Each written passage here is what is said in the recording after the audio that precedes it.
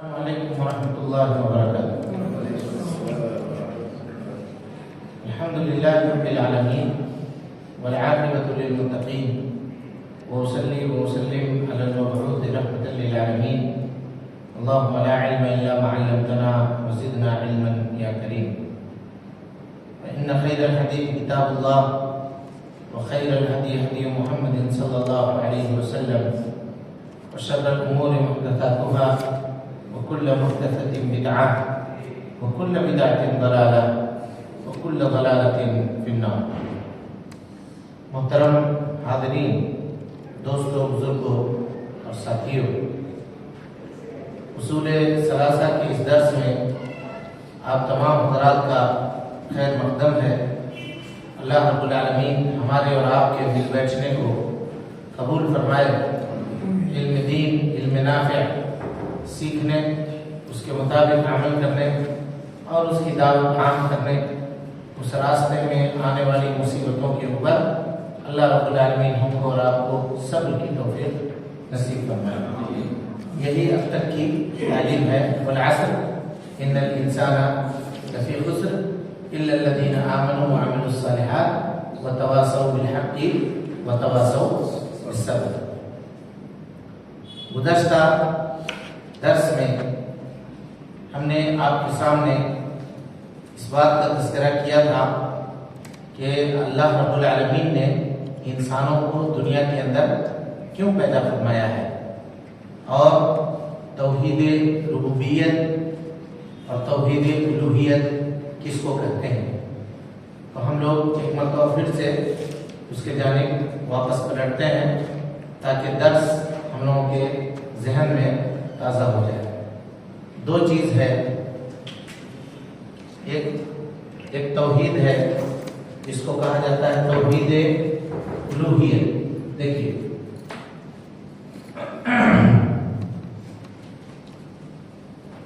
توحید ربوبیت،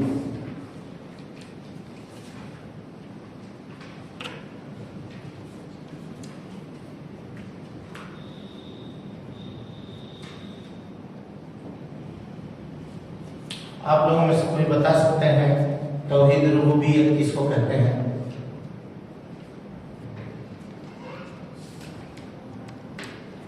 عبادت اللہ کے لیے، اللہ کو صرف اکیلا ماننا، اور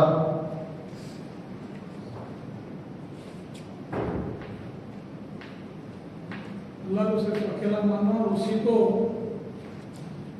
عبادت کے قابل سمجھنا۔ دیکھیے اس کا بہت سٹیک اور آسان معنی اس کا یہ ہے کہ اللہ کو